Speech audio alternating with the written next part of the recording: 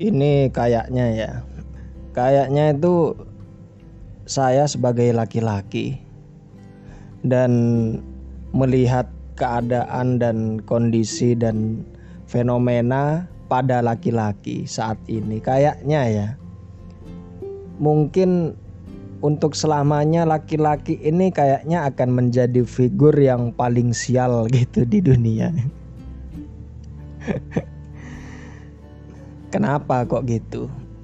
Soalnya kalau saya lihat tuh kadang laki-laki mudanya tuh udah menjalani hidup yang keras gitu kan.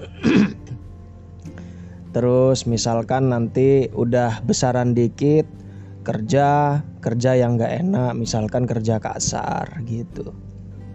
Terus misalkan lagi nanti kalau sudah punya pacar, sudah suka sama orang gitu kan. Duh, suara motor. Aduh. Misalkan suka sama perempuan, bangsat.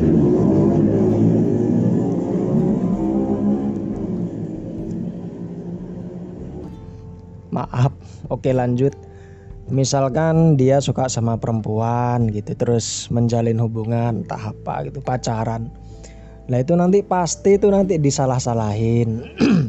Misal kurang perhatian, kurang peka, kurang duit,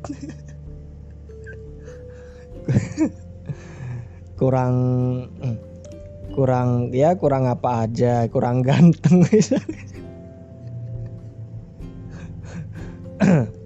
Ya gitu, salah terus kan, makanya ada ungkapan wanita selalu benar dan laki-laki selalu salah kan gitu. Terus nanti ya misalkan ya kalau sudah menikah, lanjut kemudian menikah gitu. Terus kalau misalkan kondisi ekonomi keluarganya dia itu sama istrinya itu kurang baik, pasti nanti yang jadi sorotan tuh pasti laki-lakinya, pasti suaminya. Misalkan ini lakinya kurang kerja keras, ini kurang semangat kerjanya, terlalu males dia itu nggak kerja keras gitu. Nah gitu. Terus nanti sudah masalah itu lagi, misalkan punya anak gitu kan. Punya anak. Nah itu nanti anaknya tuh pasti kalau udah besar benci sama ayahnya gitu. Ayahnya dibenci, bapaknya dibenci. Alasannya beragam, biasanya karena ayah nggak ada waktu, bapak nggak ada waktu, soalnya mungkin kerjanya pagi sampai malam misalkan gitu. Atau kadang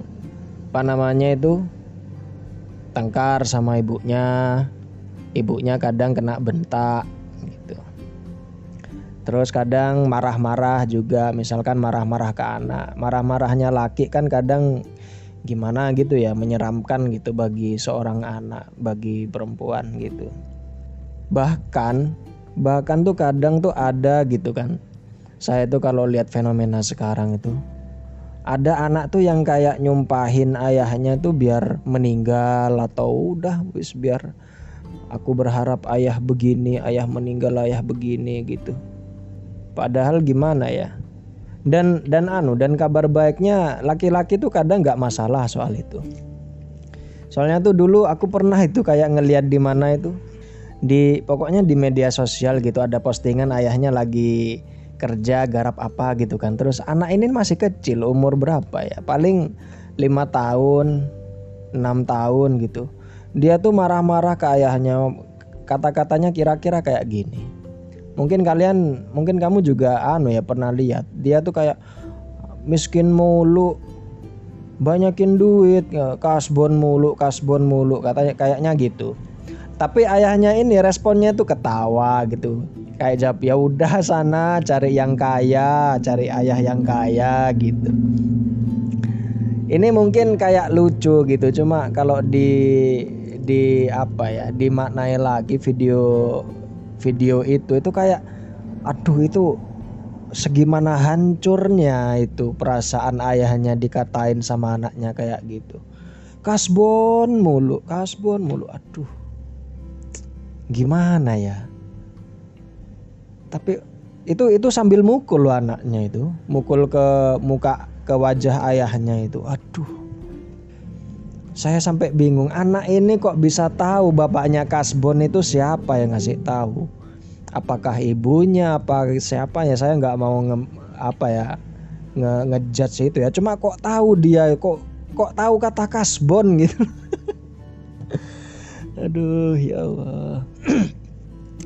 Nah dari itu kan kayak gimana ya, ayah tuh ya udah dicuekin aja gitu. Soalnya tuh dia tuh kadang tahu apa prioritas yang paling penting itu apa, selain apa ya, selain ada waktu buat anak, selain ngasih perhatian, selain gitu tuh dia tuh tahu hal-hal yang lebih visioner. Dia tuh tahu, oh ini nggak penting untuk ditanggapi, untuk diseriusi, ini sudah lewat aja gitu. Makanya kayaknya laki-laki bakalan jadi figur yang paling sial gitu loh sampai mereka meninggal. Dan kabar baiknya mereka tuh kadang nggak masalah soal itu. Kalau misalkan ditanya gitu, nggak apa-apa kalau anak saya tuh benci saya, asal dia nggak benci sama ibunya, asal dia deket sama ibunya.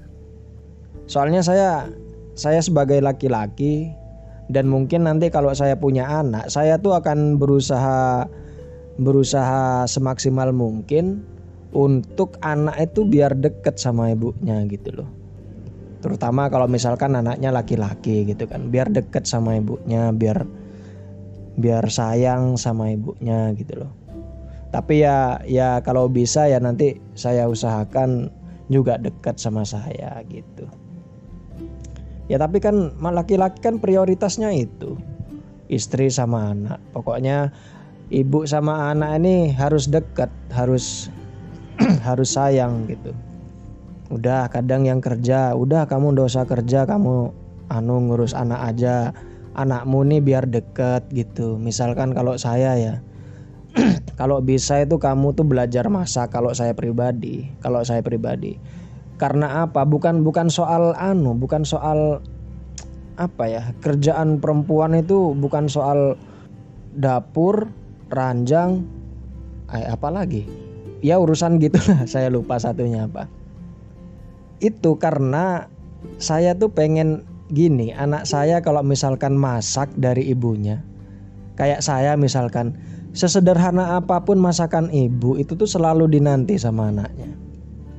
Nah maksud saya tuh gitu, biar anak itu kangen gitu loh sama ibunya, sama masakan ibunya. Kalau misalkan sudah besar gitu kan, dia pergi kemana dan dia tuh ingat untuk pulang gitu. Dan salah satu pemicunya ya itu dari makanan yang dia masak dari kecil, yang dia rasakan dari kecil dari masakan ibunya itu.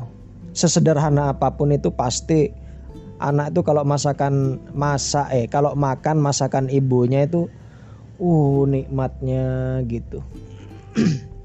Jadi ya gitu, bukan soal saya menganu kesetaraan gender, enggak. Ini memang soal alasan saya tuh itu gitu. Alasan kalau istri saya tuh harus bisa masak tuh itu. Dan gitu. Dan akhir ceritanya tuh kayak ada sebuah nasihat gitu. Kamu tuh para bujang-bujang, para pemuda, para pemudi itu nggak akan ngerti maksud dari apa yang dilakukan seorang ayah ketika dia belum menjadi seorang ayah gitu. Nanti kalau kamu jadi ayah, kamu pasti tahu kenapa kok kamu gini gitu. Banyak anak-anak itu ya, para remaja kayak melaknat ayahnya gitu. Ayahnya gini, ayahnya gitulah.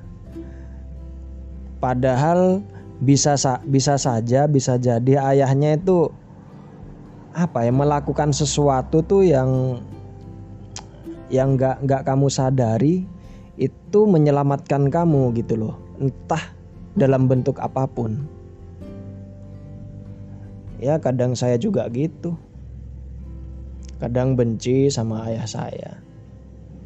Cuma ya sekarang udah terlambat.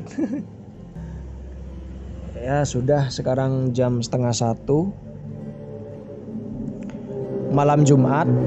Aduh, motor lagi. Ini ya teman-teman, maaf ya kalau kalian mendengarkannya itu agak terganggu, karena selain saya ini kan pulang kerja,